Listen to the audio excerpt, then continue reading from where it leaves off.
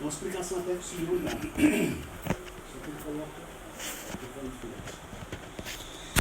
O reconhecimento do cristão pela obra é uma coisa interessante, porque a gente imagina alguma coisa que está se fazendo com as mãos, né? Mas a gente pode fazer uma boa obra com as palavras, com o ouvido, com os olhos, com uma série de elementos do nosso corpo físico. O reconhecer o cristão pela obra, muitas vezes nós temos dificuldade para isso, um pouco de dificuldade, né?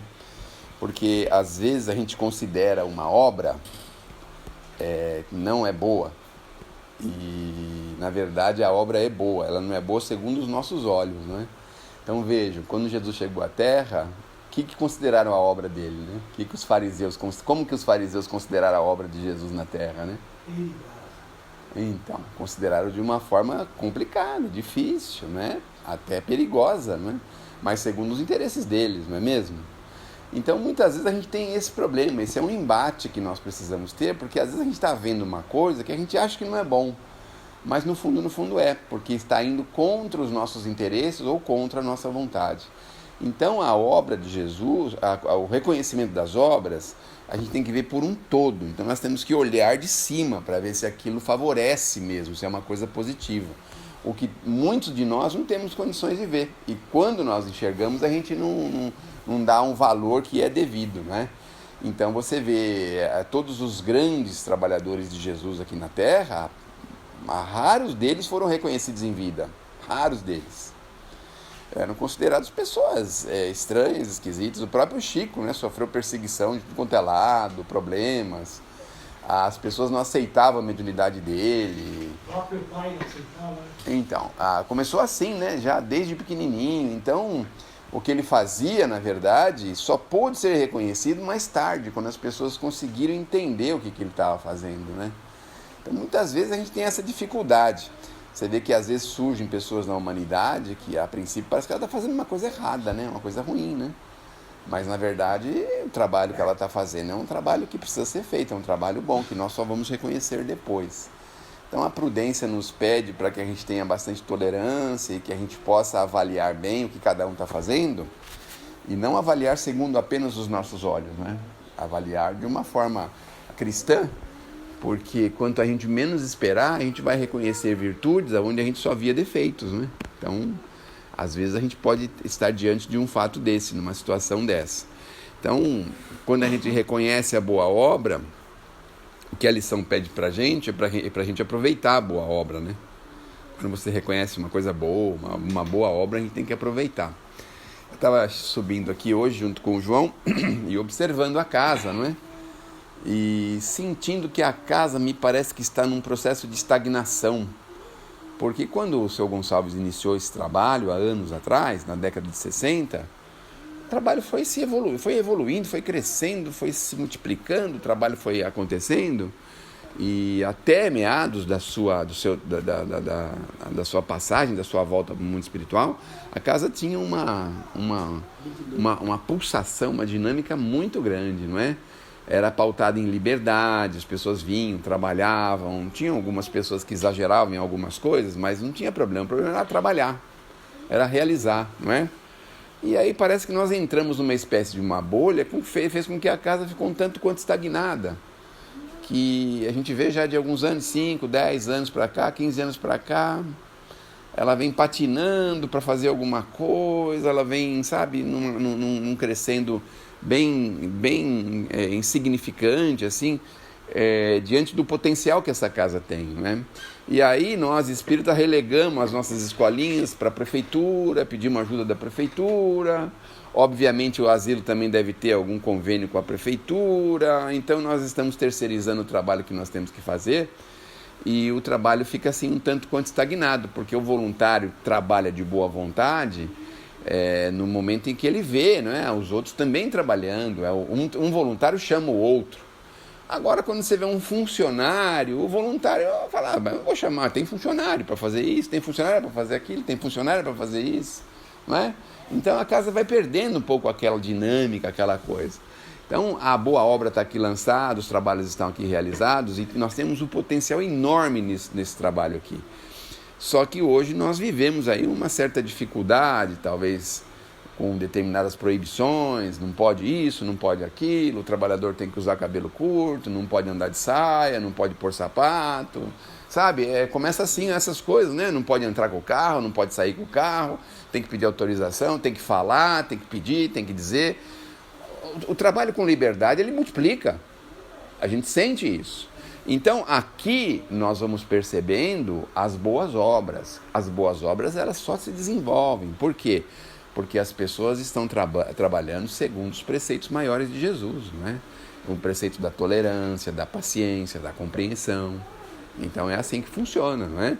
Não sei se o mensageiro um dia contratar um funcionário para trabalhar aqui, provavelmente isso será um golpe de morte para o mensageiro, né? Porque aí o voluntário vai falar, não, mas tem um fulano que vai todo dia lá, ele é obrigado, ele tem que ir lá para trabalhar, ganhar o dinheiro dele, não pode...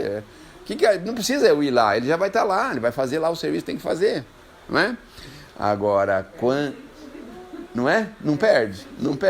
Quando nós estamos como voluntário, chama o fulano, vamos lá para você ver o trabalho lá, ajuda lá a gente, fazer um pacotinho, ir no correio, fazer isso, fazer aquilo, fazer... O trabalho multiplica, não é?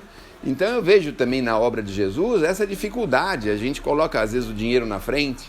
Veja o que os nossos irmãos fizeram também com essa instituição gigantesca que tem no mundo inteiro e tem uma sede lá na Itália. Assim, tudo é terceirizado, tudo é convênio, sabe? Parece que eles não aplicam recursos pessoais em quase nada, tudo tem que ter o governo, tem que ter isso, tem que ter a prefeitura, tem que ter isso aqui, tem que fazer a creche, é a prefeitura que paga, não sei quem que paga. E aí a gente lota as casas religiosas, mas não tem trabalho pra gente. Amor é diferente da obrigação, né? Não é? Não tem um trabalho pra gente. Não tem. Então é o cuidado que nós precisamos ter.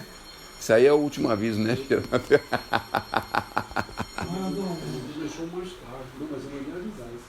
É o cuidado que nós precisamos ter para não deixar as nossas obras perecerem. A árvore da vida está sendo crestada, né? Então vamos imaginar que Jesus tinha uma expectativa com a casa transitória que foi devidamente utilizada pelo senhor Gonçalves. Mas aí o senhor Gonçalves precisou afastar-se um pouquinho e começar a cortar a árvore da vida, né? Não, esse aqui não é voluntário, isso aqui é funcionário. Aí corta aí, vai cortando a árvore, cortando.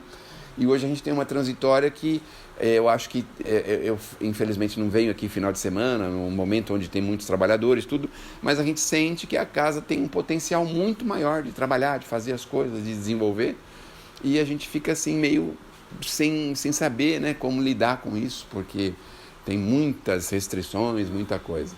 E isso em qualquer lugar, não é? Quando a gente enfrenta restrições, aí é dificuldade. Mas com Jesus é isso aqui, nós temos que estar embaixo da árvore da vida, trabalhar e sentir que seus frutos são bons e oferecer os seus frutos e plantar as sementes desses frutos. Esse é o objetivo, fazer com que a árvore dissemine, né? A transitória tem umas casas que foram criadas no Brasil, 2 ou 3, inspiradas nessa casa transitória, né? Inspiradas nessa aqui. Mas, então... umas 2 ou 3, tem umas 2 ou 3 que foram criadas, inspiradas nessa casa. Quer dizer, olha a árvore dando sementes, dando frutos, não é? Então alguém pegou a semente e plantou lá em Pindamonhangaba, plantou lá em outro lugar, plantou 2, 3 lugares. Mas a gente vê a dificuldade que é hoje, não é? Hoje a gente fica assim meio fechado, meio amarrado. Os trabalhos têm dificuldades de se desenvolver, os trabalhadores estão afastados. Parece que a árvore do mundo tá vigorando, né? A árvore das coisas materiais, do dinheiro e dessas outras coisas, porque você vê qualquer trabalho que vai fazer uma dificuldade, qualquer coisa que vai fazer uma dificuldade, e as pessoas hoje preferem dar um dinheiro, o dinheiro, vai lá e compra lá você, e entrega lá, e faz você, resolve você. Quer dizer, não querem vir à frente, não querem compromisso, não querem comprometimento. Não é isso que a gente tem percebido ao longo dos últimos anos. Aí nós tivemos a pandemia, e com a pandemia também, algumas pessoas também, até hoje, não é? Saiu uma pandemia, já estão todo mundo esperando a próxima, porque nós estamos com saudade já de ficar em casa, de ter que sair toda hora, para que isso, né? Estão quase revivendo essa que já passou, estão esperando ela. Estão esperando de novo para poder justificar, dizer, não, estou em casa, estou aqui, eu vou fazer o negócio pelo computador, eu vou trabalhar por aqui, vou fazer o serviço aqui, né? Então, as grandes corporações estão adorando as pandemias, estão adorando as pandemias, porque quanto mais pandemia tem, menos gastos eles têm, começa a vender prédio, entregar prédios, alugar prédio, trabalhar em casa. cobrar mais as pessoas pelo computador, ficar em casa e não sei o quê.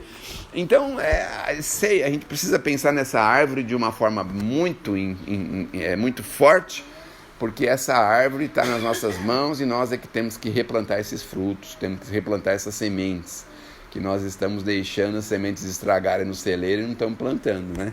Eu digo nós no sentido assim religioso, né? A todos os nós religiosos, a gente está dando muita importância para as coisas materiais e pouca importância para as coisas espirituais. Esse é um cuidado que nós precisamos ter.